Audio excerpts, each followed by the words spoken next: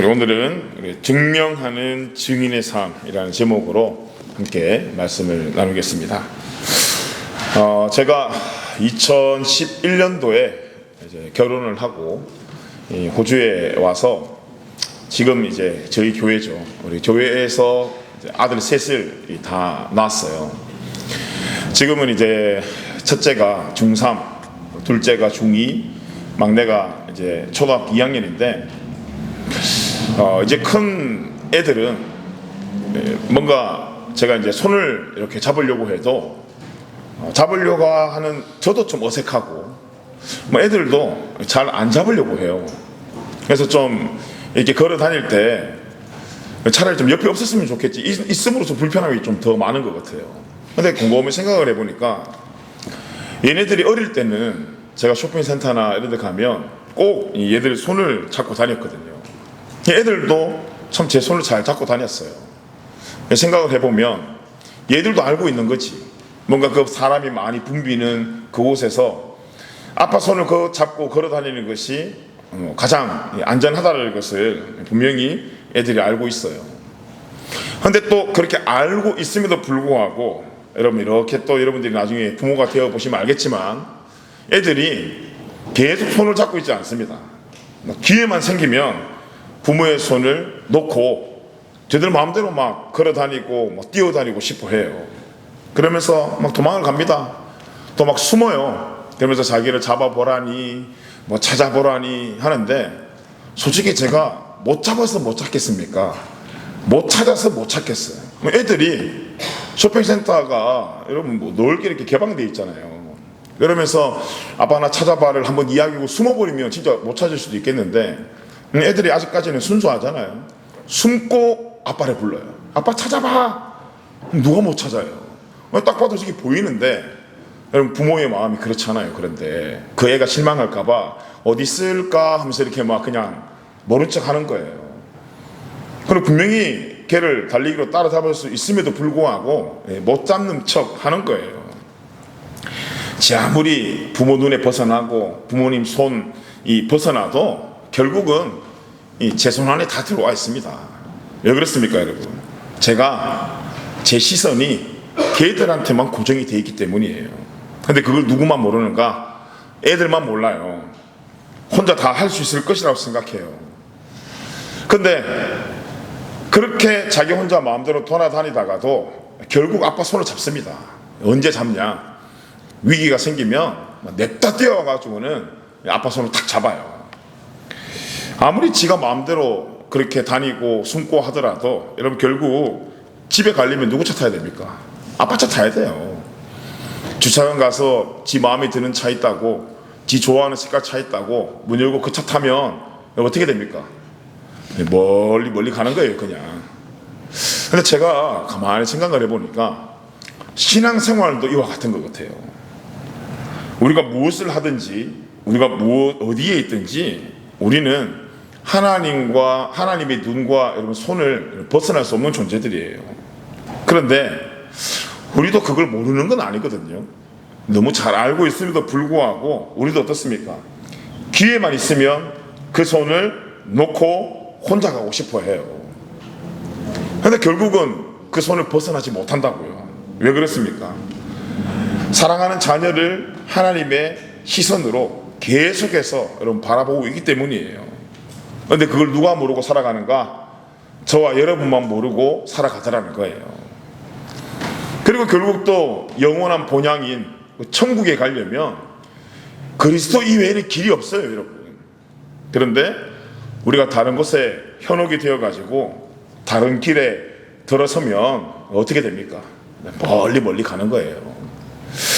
우리가 오늘 어떤 상황에 있든지 간에 우리의 삶은 우리를 사랑하시는 여러분 하나님 손에 붙들림 받은 인생인 줄 믿습니다. 믿으십니까? 오늘 그 손이 말씀으로 우리를 가장 선한 길로 인도하실 때 믿음으로 순종하는 은혜가 있기를 예수님의 이름으로 축복합니다. 우리가 본 오늘 에스라 7장은 이제 바벨론 포로에서 돌아온 이스라엘 백성들이 다시 신앙과 삶의 질서를 세워나가는 말씀이에요.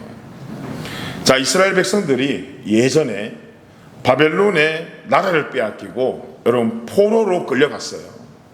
그런데 그 뒤에 이 페르시아가 이 바벨론을 점령하면서 하나님께서 그 페르시아 왕인 고레스의 마음을 이렇게 감동을 시켜가지고 이제 유다 백성들이 다시 포로에서 귀환해서 예루살렘으로 돌아올 수 있었어요.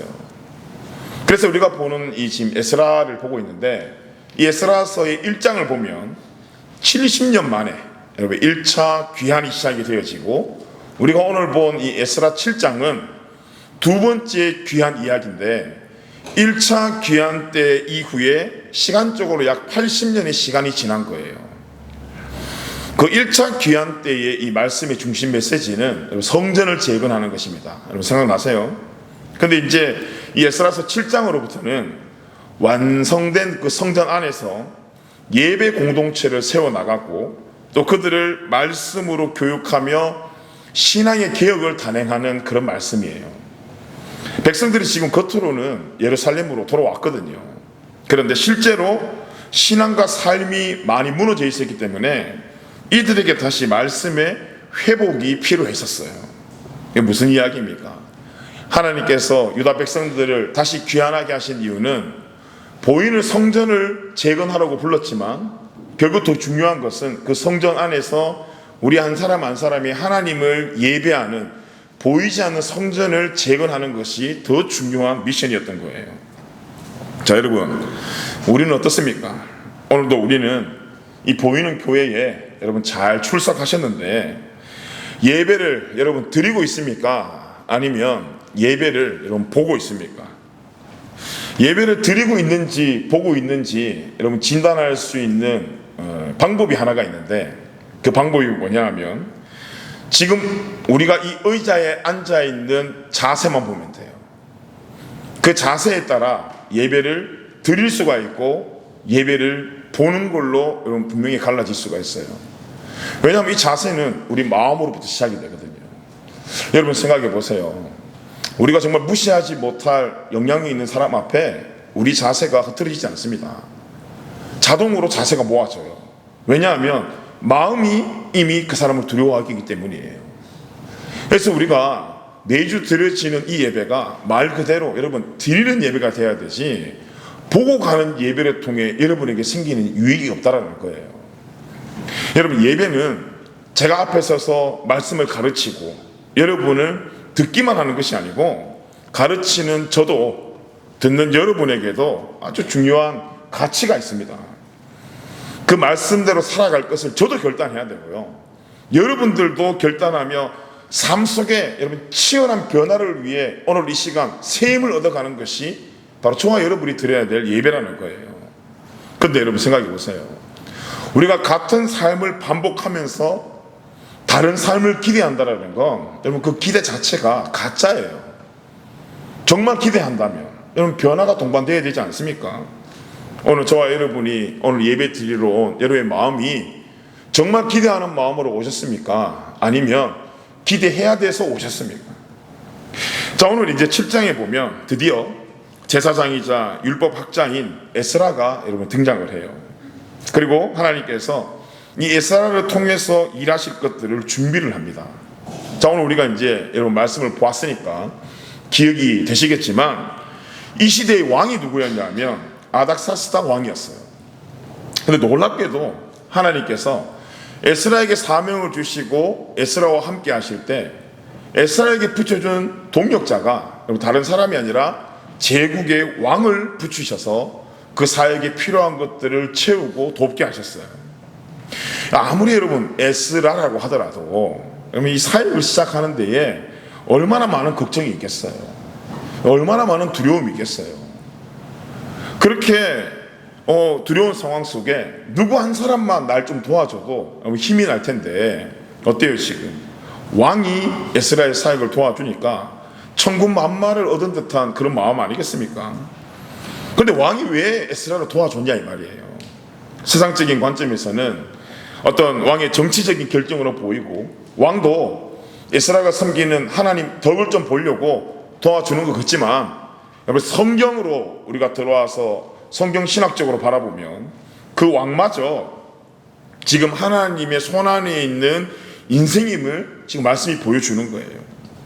그래서 하나님이 하시려고만 하신다면 어떤 방법으로든지 하실 수 있는 전능하신 하나님임을 이런 말씀을 통해서 우리에게 보여주시는 겁니다. 그런데 우리는 어떻습니까, 여러분? 늘 이 사명을 감당하면서 제일 처음에 우리 눈에 보이는 게 현실이에요. 우리의 연약함을 바라보고요. 또 두려워하는 마음을 우리가 앞서 세워요. 하나님의 인도하심이 있고 하나님의 보호하심을 기대한다고 하면서도 우리는 늘 우리 인생 앞에 단어를 뭘로 앞세우냐면 이 두려움과 절망의 단어를 앞세워요. 오늘 찬양의 이 첫 번째 이 찬양 제목도 보니까 무너짐 가운데, 뭔가 세상이 요즘 자기의 약함들을 아주 고급 단어로 포장을 해서 자기가 당하고 있는 고난의 가치를 좀 이렇게 이상하게 이렇게 자랑하는 것 같아요. 여러분, 무너지는 게 뭔 자랑입니까? 고난받는 게 뭐 자랑이고 우리의 삶의 어려움이 뭐가 자랑이에요? 진짜 자랑은 뭐예요, 여러분? 그 상황 속에서도 하나님이 우리와 함께 하신다는 것이 우리의 자랑인데, 여러분, 하나님을 예배하는 이 예배당에 와서까지 우리가 자랑하는 건 우리의 어려움들이에요. 그걸 아주 고급스러운 단어로 포장을 해서 포기를 뭔가 내려놓음으로 포장을 하고, 내가 지금 못하고 있고 내가 게으르고 내가 지금 성실하지 못한 것들을 무너짐으로 포장하더라는 거예요. 그런데 여러분 생각해 보세요. 저도 아직까지 성장하는 중이지만 여러분 지금 여기 앉아있는 20, 30대들이 무슨 기간입니까? 완전한 기간이 아니고 완전함을 다듬어 나가는 기간이란 말이에요. 여러분, 근육을 어떻게 키울 수 있습니까? 여러분, 여기 운동하시는 분들은 잘 알겠지만 내가 근육을 키우기 위해서 짐에 들어가서 운동을 하는데 그 다음날 어때요? 내가 정말 운동을 잘했다면 그 했는 부위가 엄청 아프죠? 그걸 가지고 우리는 무너졌다고 이야기합니까? 어제 헬스장 갔더니 내 인생에 고난이 찾아와가지고는 난 더 이상 내일 헬스장 갈 힘이 없다면서 그걸 기도 제목으로 내요? 아니에요, 여러분. 그 고난은 지나가야 될 고난이에요. 견뎌야 될 고난이에요. 오히려 나를 단단하게 해줄 고난이라고요. 그런데 그것마저도 우리는 아주 약하디 약한 우리의 감정과 마음을 담아서 표현을 하더라는 거예요. 그런데 또 한번 생각해 보면 얼마나 관심을 받지 못하고 있으면, 얼마나 사람들에게 사랑을 받고 싶고 격려를 받고 싶으면 그럴까라는 마음도 들면서 마음이 슬픈 마음이 있지만 여전히 우리가 앞세우는 단어가 여러분 이 절망이다라는 거예요. 오늘 우리 이 말씀을 한번 보게 되면 하나님께서 이 출애굽을 할 때 모세를 불러냅니다. 그런데 이 모세를 불러낼 때 모세 나이가 몇 살이었냐? 80세였어요.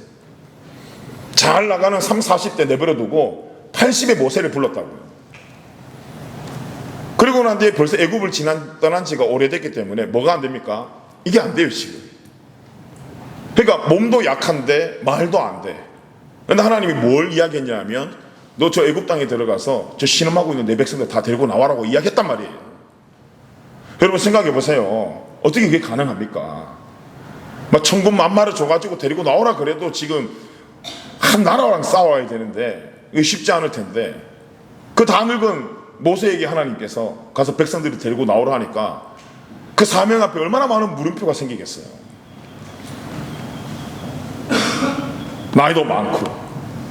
근데 그 순간 모세가 생각하는 건 모세 자유라. 왜냐하면 하나님이 우리에게 자유의지를 줬으니까. 걱정을 모세가 하고 있지만 동시에 누가 그 길을 인도하고 있습니까? 하나님이 모세의 길을 인도하고 있다고요. 여러분, 저와 여러분의 삶도 동일한 것 같아요. 우리가 생각하는 우리 자유예요.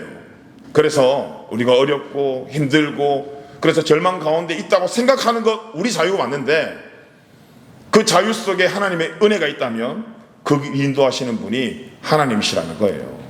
그래서 오늘 기도하던 자매가 그 성경 구절을 읽었죠. 우리 같이 한번 볼까요? 잠언 16장 9절인데 같이 한번 읽어보겠습니다. 시작. 사람이 마음으로 자기의 길을 계획할지라도 그의 걸음을 인도하시는 이는 여호와시니라. 아멘. 여러분 아멘이십니까? 여기 보니까 계획한 대로가 아니에요. 뭐라고 되어 있어요? 계획할지라도예요. 찌라도. 그러니까 네가 생각하는 거는 자유함을 주겠다 이 말이에요. 우리 집에도 애들이 저들 스스로 방학 때 자기의 삶을 계획해요. 그런데 계획한 대로 됩니까? 안 돼요. 아침에 일어나서 게임을 하고 밥 먹고 수영하고 밥 먹고 말이 되냐 이 말이에요. 계획할지라도야.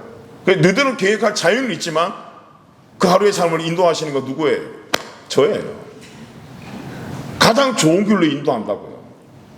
우리가 지금 생각 속에 나는 왜 이럴까? 나는 왜 이렇게 절망 속에 빠져 있고 내 삶은 왜 이렇게 어렵고 나는 왜 이렇게 무너지는 거고 별의별 우리의 삶을 우리가 깎아내리는 생각을 하고 있지만 그렇게 생각할지라도 여러분 그 길을 인도하시는 분이 누구시냐는 겁니까? 하나님이라는 거예요. 그래서 그 말도 안 되는 사명을 모세에게 맡기기 전에 하나님이 모세에게 어떻게 등장하시는 줄 아세요? 출애굽 3장을 한번 보세요. 2절 말씀인데요. 우리 같이 한번 읽어보겠습니다. 시작.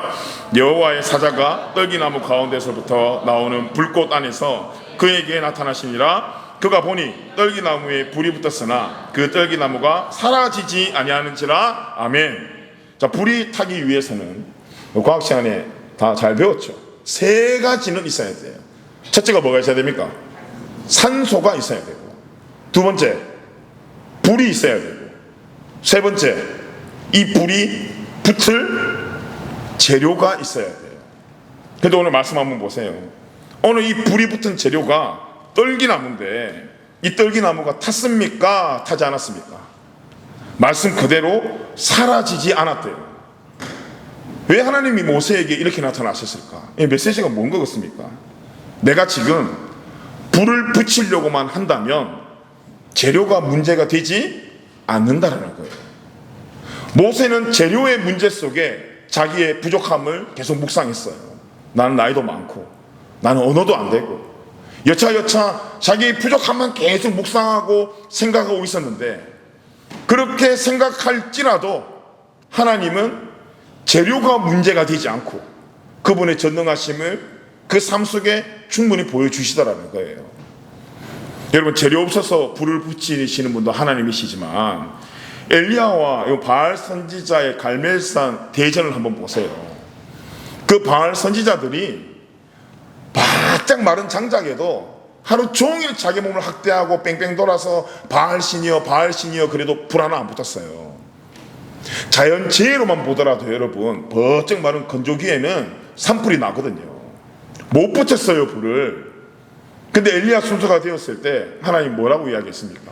물을 갖다가 그 장작에 부으라고 했어요. 여러분 마른 장작에도 불이 붙지 않았는데 어떻게 젖은 장작에 불이 붙습니까? 근데 붙었어요 안 붙었어요? 붙었는 거는 물론이거니와 그 주변 또랑에 흐르는 물까지 싹 다 증발시켰었어요. 재료와 상황이 문제가 안 되더라는 거예요. 무엇이 문제냐면 너희들이 지금 내가 천지를 창조하신 창조주라는 것을 잊고 사는 것이 문제라는 거예요. 그러면 여러분 인생의 많은 고민과 걱정 속에서도 뭐가 문제입니까? 여러분의 재료가 문제가 아니고 그럼에도 불구하고 우리를 도우시는 하나님이 천지를 창조하신 하나님이라는 창조주를 우리가 잊고 살아간다는 거예요. 그래놓고 계속 우리가 세상을 위로받으려고 자꾸 그 슬픈 단어들을 꺼잡아서 나오더라는 거예요. 그 슬픈 단어가 슬픈 단어가 아니고 그 고통과 그 몸의 이 알배임이 우리를 강하게 만들어주는 것에도 불구하고 감사하지 못하고 그 고통만 바라보면서 절망하고 있더라는 거예요. 오히려 여러분 짐에 가서 운동을 했는데 몸에 느낌이 왔다. 이거는 지금 근육이 크고 있다는 증거예요. 여러분들의 맷집이 성장하고 있다는 증거고 여러분들이 지금 성숙하고 있다는 증거예요. 그러면 감사해야죠. 근데 우리는 감사의 습관이 없고 늘 불만하고 원망하는 습관이 우리 모든 삶 속에 지배적으로 있다는 거예요. 그래서 여러분 생각대로 갇혀 사는 인생에서 내가 그렇게 생각할지라도 그 너머 계시는 하나님의 은혜를 생각하고 감사하며 살아가는 여러분 저와 여러분의 삶이 되길 간절히 기도합니다. 그래서 오늘 7장에 보면 그 순종하는 에스라를 이 성경이 등장시키면서 어떻게 이야기를 하냐면 1절 에스라 7장 1절 말씀인데 이 일 후에 바사왕 아닥사스다가 왕이 있을 때에 에스라라는 자가 있으리라. 그는 스라야의 아들이요 아사랴의 손자요 hil기야의 증손이요 라고 기록이 되어 있어요. 자, 여기서 이 일 후에라는 건 이제 성전 건축 이후를 이야기하는 거예요. 자, 이제 에스라가 등장을 하는데 참 이 사람이 스펙도 대단하지만 성경이 7장에 5절을 할애하기까지 이 가문을 소개를 해요. 얼마나 하나님이 이 에스라를 신뢰하는지를 우리가 보게 되는데, 전통이 있는 제사장의 가문이었고 16대까지 소개가 된다는 건 이 가문이 뭐 보통 가문은 아닌가 봐요. 그만큼 이 에스라에 대한 하나님의 자부심이 있었던 것 같아요. 그런데 이것보다 더 대단한 건 에스라가 가지고 있던 파워였어요. 에스라 7장 6절 말씀인데 우리 같이 한번 읽어보겠습니다. 시작. 이 에스라가 바벨론에서 올라왔으니 그는 이스라엘의 하나님 여호와께서 주신 모세의 율법에 익숙한 학자로서 그의 하나님 여호와의 도우심을 입음으로 왕에게 구하는 것은 다 받는 자였더니, 이건 반대로 되어야 되지 않을까요? 모든 것을 다 바치는 자가 되어야죠, 왕에게. 근데 성경이 어떻게 이야기합니까? 모든 것을 다 받는 자래요, 왕에게. 도대체 누가 왕입니까? 근데 이 비결이 뭐예요, 여러분? 이거는 사람의 어떤 힘으로 될 일이 아니에요, 여러분. 바로 하나님의 도우심 밖에는 설명이 안 된다, 이 말이에요, 이 말이. 그래서 모든 역사의 연출, 대본, 캐스팅까지 지금 누구 손에 있다는 것입니까? 하나님의 손에 있다는 거예요. 그리고 에스라는 그 하나님의 도우심을 받아 예루살렘으로 돌아와서 결단 한 개를 하게 됩니다. 자, 어떤 결단을 하게 되냐? 에스라 7장 10절 우리 같이 한번 읽어보겠습니다. 10절 시작. 에스라가 여호와의 율법을 연구하여 준행하며 율례와 규례를 이스라엘에게 가르치기로 결심하였더라. 아멘. 자, 이제 완성된 성전 안에서 자신을 인도하시고 도우시는 하나님의 말씀을 어떻게 해요?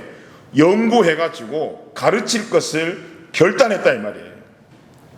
여러분, 하나님의 백성들의 결단은 항상 이 성전과 말씀이 함께 가게 돼 있어요. 성전이 보여주는 게 무엇입니까? 이 성전은 하나님의 임재의 상징이에요. 자, 그럼 말씀은 뭘까요? 하나님의 백성이 붙들고 살아야 될 지도와 같은 거예요.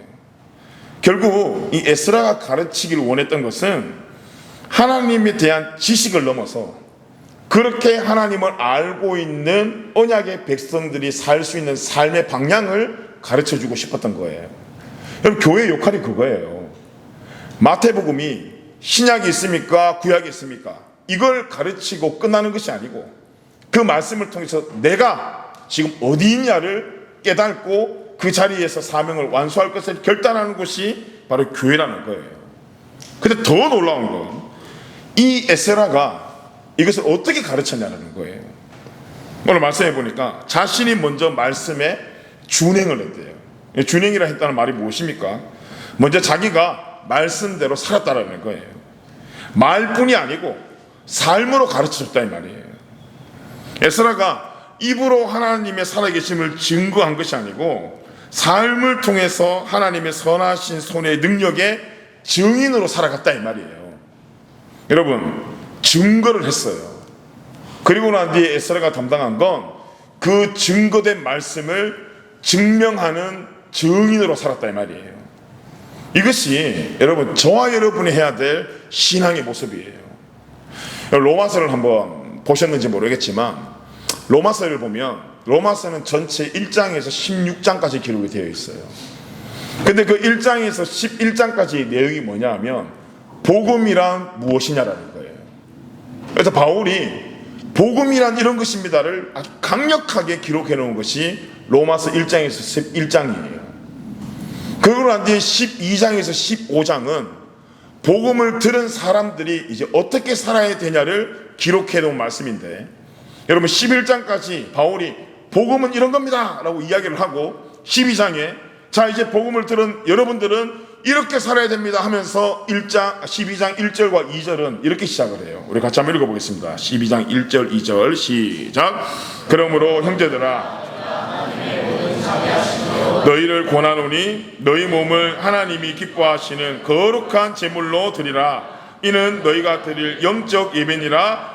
너희는 이 세대를 본받지 말고 오직 마음을 새롭게 함으로 변화를 받아 하나님의 선하시고 기뻐하시고 온전한 뜻이 무엇인지 분별하도록 하라. 아멘. 아멘. 무슨 말이에요, 여러분? 복음을 듣는 것으로만 끝나지 말고 이제 몸으로 하나님이 기뻐하시는 거룩한 산제물을 드리래요. 여러분, 산제물이 뭐예요 도대체? 산제사가 뭡니까? 살아있는 제사 뭐예요? 율동하면서 드리는 그런 제사를 이야기하나요? 이전까지는 여러분 죽은 제사를 드렸어요. 제사장들이 짐승을 죽여가지고는 희생제물로 죽은 제사를 드렸다고요. 그런데 여러분, 복음이 무엇입니까? 복음이 예수 그리스도잖아요. 그 예수 그리스도께서 이제 영원한 제물로 오셔가지고는 십자가에 달려 죽으심으로 모든 죄를 단번에 해결하셨어요. 그래서 이제 우리는 어떤 제사를 드릴 필요가 없습니까? 동물을 잡아 죽일 제사를 드릴 필요가 없는 거예요. 여러분 다 빈손으로 오셨잖아요. 자, 그러면 이제 우리가 뭘 드려야 됩니까? 오늘 이 로마서 12장은 우리에게 산제사를 드리래요. 여러분, 이 산제사가 뭐냐 하면 바로 저와 여러분이 드려야 될 삶의 예배를 이야기하는 것입니다. 말씀으로 증거되었던 것들, 복음이 증거되었던 것들을 내가 듣고 이제 이 복음이 진짜라는 것을 우리의 삶을 통해 증명해내는 증인으로 살아라, 이 말이에요. 여러분, 그렇게 바울이 살았잖아요. 복음을 증거했고 그 복음을 증거한 대로 증명하는 증인의 삶으로 살았더니 마지막 로마서 16장에 남은 게 무엇입니까? 바울이 집이 남았어요? 바울이 세운 교회가 남았습니까? 업적이 남았어요? 아니에요. 16장을 한번 집에서 보시면 다 사람 이름이에요. 그렇게 증인의 삶으로 살았더니 마지막 16장 바울에게 남은 게 믿음의 동력자들이었어요. 여러분, 요즘 교회가 왜 힘이 없는지 아십니까? 왜 세상 사람들이 인터넷 한번 보세요. 교회 용문에서 난리예요, 난리. 근데 지금처럼 설교의 홍수시대, 예배의 홍수시대가 어디 있습니까? 저 이번에 1월에 한국 가보니까 요즘 예배도 티켓을 끊어서 들어가던데 그 티켓 가격 만만치 않던데 오픈되자마자 매진이 되던데 그런 예배들이 수없이 많던데 왜 이렇게 예배가 많아지고 왜 이렇게 강단에서 선포되어지는 말씀도 너무나 많고 다양한데 왜 교회는 여전히 힘이 없어 이렇게 세상의 손가락질을 받냐 이 말이에요. 생각해보면 증거는 너무나 많은데 이 증거되는 것을 증명하는 증인이 없는 시대예요. 지금이 군중은 너무나 많은데 이것을 증명해낼 수 있는 증인이 없다라는 거예요. 여러분, 적어도 우리가 세상 속에 나가면 달라야 되지 않나요? 여전히 우리에게 어려움이 있지만, 여전히 우리에게 고난이 있지만, 적어도 하나님을 믿는 우리라면 우리의 삶을 통해 그리스도가 증거가 되어야 되는데, 증명이 되어야 되는데 어떻습니까 여러분?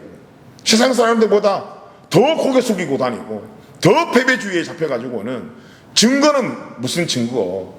오히려 우리 때문에 교회와 하나님이 욕먹는 시대를 우리가 살아가고 있다는 거 여러분 피할 수 없는 진실 아닙니까?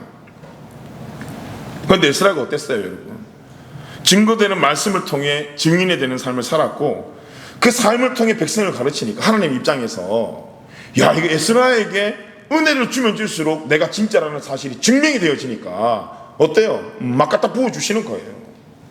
그래서 7장에서 하나님이 포로 공동체를 이제 예배 공동체를 세우기 위해서 말씀의 사람 에스라를 딱 불러다가 샘플로 보여주는 거예요. 샘플로 보여주면서 내가 이런 사람을 사용해서 내 백성을 구원하겠노라 구속사의 장면들을 보여주는 겁니다. 그래서 오늘 특별히 우리가 읽었던 이 본문의 21절에서 28절의 말씀은 그 모든 일의 배후에 하나님의 주권과 은혜가 있다는 것을 분명하게 우리에게 보여주는 거예요. 자, 이제 에스라서 7장 10절을 이렇게 보면 그 결심과 함께 왕이 공식적인 조서를 내려보냅니다.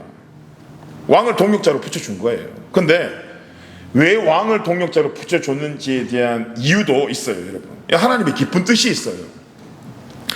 에스라가 아무리 여러분 실력을 갖추고 있다고 하더라도, 아무리 에스라가 제사장이고 대단한 율법 학자라고 하더라도 이미 에스라는 2차 귀환이잖아요. 1차 귀환에 들어온 기득권의 세력들이 있어요.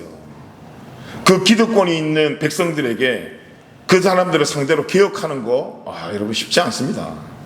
또 당시 백성들이 이방 문화에 상당히 익숙해 있었기 때문에 만약에 왕의 조서가 아니었더라면 지역의 관리들, 이방 문화에 익숙했던 유대인들에게 거부 반응이 어마어마했을 것 같아요. 당신이 도대체 뭔데? 네가 뭔데 지금 여기 와서 우리를 바꾸려고 하고 이래라 저래라 하냐면서 반응이 일어나지 않겠어요. 근데 그걸 누가 하셨다라는 거예요? 하나님이 아셨다라는 거예요. 자, 에스라의 상황이 지금 쉽지 않아요, 여러분. 우리가 전체적인 내용으로 하니까 하나님의 손안에 있는 거지, 에스라도 충분히 내 삶이 무너졌다, 내 삶에 고난이 있다, 내 삶에 어려움이 있다 이야기하면 2박 3일 3박 4일 이야기할 수 있는 사람이에요. 근데 에스라가 붙은 건 뭐였습니까? 내 눈앞에 보이는 상황, 내 생각이 그럴지라도 내 길을 인도하시는 하나님을 바라보는 그 인생에 하나님 어때요? 지금 이 에스라를 통해서 내가 살아있는 것을 증명해내야 되니까 하나님의 선한 손이 에스라를 돕더라는 거예요. 그래서 하나님께서 왕의 조서를 통해서 필요한 것들을 공급받게 하시고, 여기서 끝났습니까? 말씀 보니까 명령을 거역하는 많은 사람들을 법으로 처벌하는 권세까지 부여했어요. 도대체 누가 왕이에요? 아다사스다가 왕입니까? 지금 에스라가 왕입니까? 그 정도로 하나님이 인도해 나가는데, 말씀처럼 먼저 그의 나라와 의를 구하는 그 인생에 정말 하나님께서 모든 것을 더하시는, 여러분, 말씀이 표본이에요. 그 에스라와 함께 하신 하나님이 저와 여러분의 하나님인 줄 믿습니다. 늘 우리는 여러분 생각하고 계획할지라도, 여러분 생각 마음대로 하세요. 우리 머릿속에 생각이 된다는 해도 어떡하겠어요. 생각할지라도, 하지만 잊지 말아야 될 게 있어요. 우리를 도우시는 하나님의 손이 동시에 우리와 함께 있다는 거예요. 어떤 문제와 상황 속에서도 하나님께서 우리가 가야 할 길을 열어주시고 사람의 마음을 움직여 주시고 필요한 것들을 분명히 여러분에게 공급해 주신다는 거예요. 오늘 혹시 불안 속에, 염려 속에 여러분 살아가고 있는 인생들이 있다면, 여러분 하나님이 우리를 사랑하세요. 모든 여러분 생각의 모판을 다른 곳에 하지 말고 하나님이 우리를 사랑한다는 요 판 위에서 우리가 생각을 해내야 돼요. 지금 우리의 상황 어려웠다고 하나님이 날 미워하네, 여기서 가지가 자라는 게 아니라 모든 상황이 하나님이 우리를 사랑하십니다라는 이 사실 위에서 자라나야 된다고요. 그러면 어때요? 이유가 있는 거 아니겠습니까? 엄마 아빠가 우리를 혼냈을 때 우리를 파가지고는 호등 막 내버리려고 화내는 거 아니잖아요. 지나보니까 우리를 혼낸 이유가 있었어요. 근데 왜 혼냈냐 이 말이에요. 저와 여러분을 사랑했기 때문이에요. 여러분, 하나님이 저와 여러분을 사랑하십니다. 이 사실에 붙들려 가지고 여러분 당장의 현실을 우리가 보고 절망하고, 그래서 고급스러운 어떤 나의 연약한 단어로 세상의 관심을 살려고 하지 마시고 이후에 행하실 하나님의 일들을 기대하고 소망하며 살아가는 저와 여러분의 삶이 되길 간절히 소망합니다. 여러분, 이 도우심의 은혜를 우리가 깨달아야 돼요.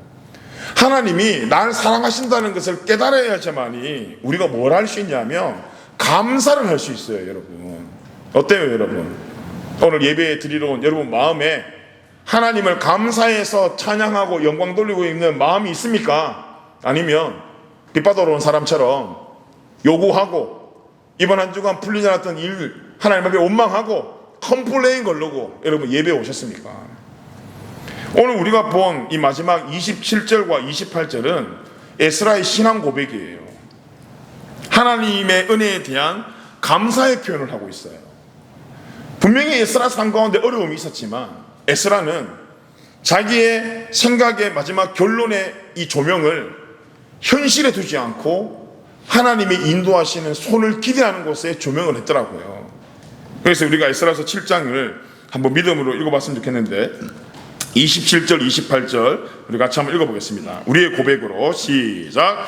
우리 조상들의 하나님 여호와를 송축할지로다. 그가 왕의 마음에 예루살렘 여호와의 성전을 아름답게 할 뜻을 두시고 또 나로 왕과 그의 보좌관들 앞에 왕의 권세 있는 모든 방백들의 앞에서 은혜를 얻게 하셨도다. 내 하나님 여호와의 손이 내 위에 있으므로 내가 힘을 얻어 이스라엘 중에 우두머리들을 모아 나와 함께 올라오게 하였노라. 아멘. 아멘. 이 말씀 한번 보세요, 여러분. 집에 가서 이 말씀 한번 곱곱이 한번 읽어보세요. 이 상황의 감사의 내용이 모든 게 주안이에요.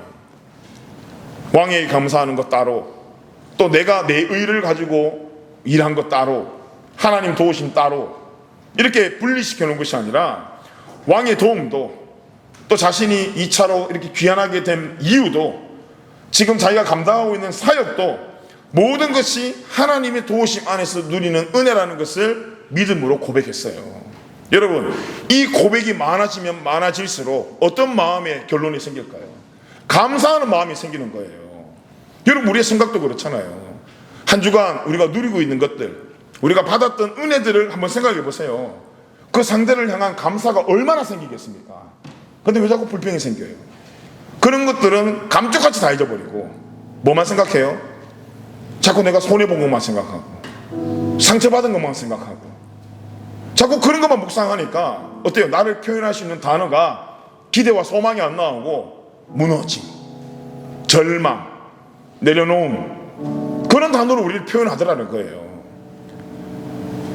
적어도 우리가 전능하신 하나님을 믿고 천지를 창조하신 하나님을 의지하며 이 자리에 나왔는데, 너무 우리가 하나님을 과소평가하면서 내 기분대로, 내 느낌대로 하나님을 해석하고 우리의 삶을 해석하며 살아가는 이 모습이 여러분 얼마나 안타까운 모습이에요. 우리가 하나님의 계획 안에, 하나님의 손 안에 붙들림 받은 인생입니까? 라고 질문을 해보면 많은 청년들이 갸우뚱해요.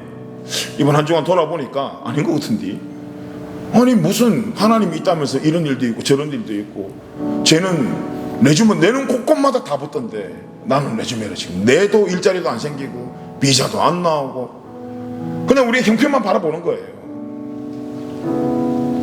근데 여러분 잘 생각해 보세요. 하나님의 능력이 그냥 우리 직장 붙게 하고 성적 올라가는 데에 밖에 여러분 레벨이 되지 않습니까? 더 우리 큰 걸 놓치고 있지 않아요, 여러분? 우리가 뭔가 대단한 은혜를 여러분 이 세상의 관점으로 생각해내지만, 우리가 아무리 오늘 대단한 계획이 있고 그래서 내일 그런 일정이 있더라도 여러분 오늘 하나님께서 우리의 호흡을 딱 잡는 순간 우리에게 내일은 없어요. 오늘 우리가 호흡하며 살아가는 것만으로도 우리는, 아니 이 세상은 하나님 손에 붙들림 받아 살아가고 있다는 증거예요. 이것을 모르는 세상에 나마저 이걸 감사로 느끼지 못하니까 어떻게 생명 되신 예수 그리스도, 생명 되신 하나님을 증명하며 살아가는 여러분 증인의 삶이 되냐는 것입니다. 여러분 교회와 성도의 삶이 무엇입니까? 증명하는 증인의 삶으로 여러분 부르심 받은 거 아니에요? 그래서 예배를 통해 가지고 우리가 먼저 하나님께서 우리의 삶을 인도하셨고 그 선하신 계획을 이루어 가신다라는 사실을 우리가 먼저 잊지 않고 매주간 우리가 그걸 기억해 놔 가지고는 감사하고 찬양을 해야 되는데, 이 예배를 한번 보세요, 여러분. 얼마나 패배주의에 쪄들어 가지고는 힘 하나 없어 가지고는 이렇게 예배를 드리냐 이 말이에요.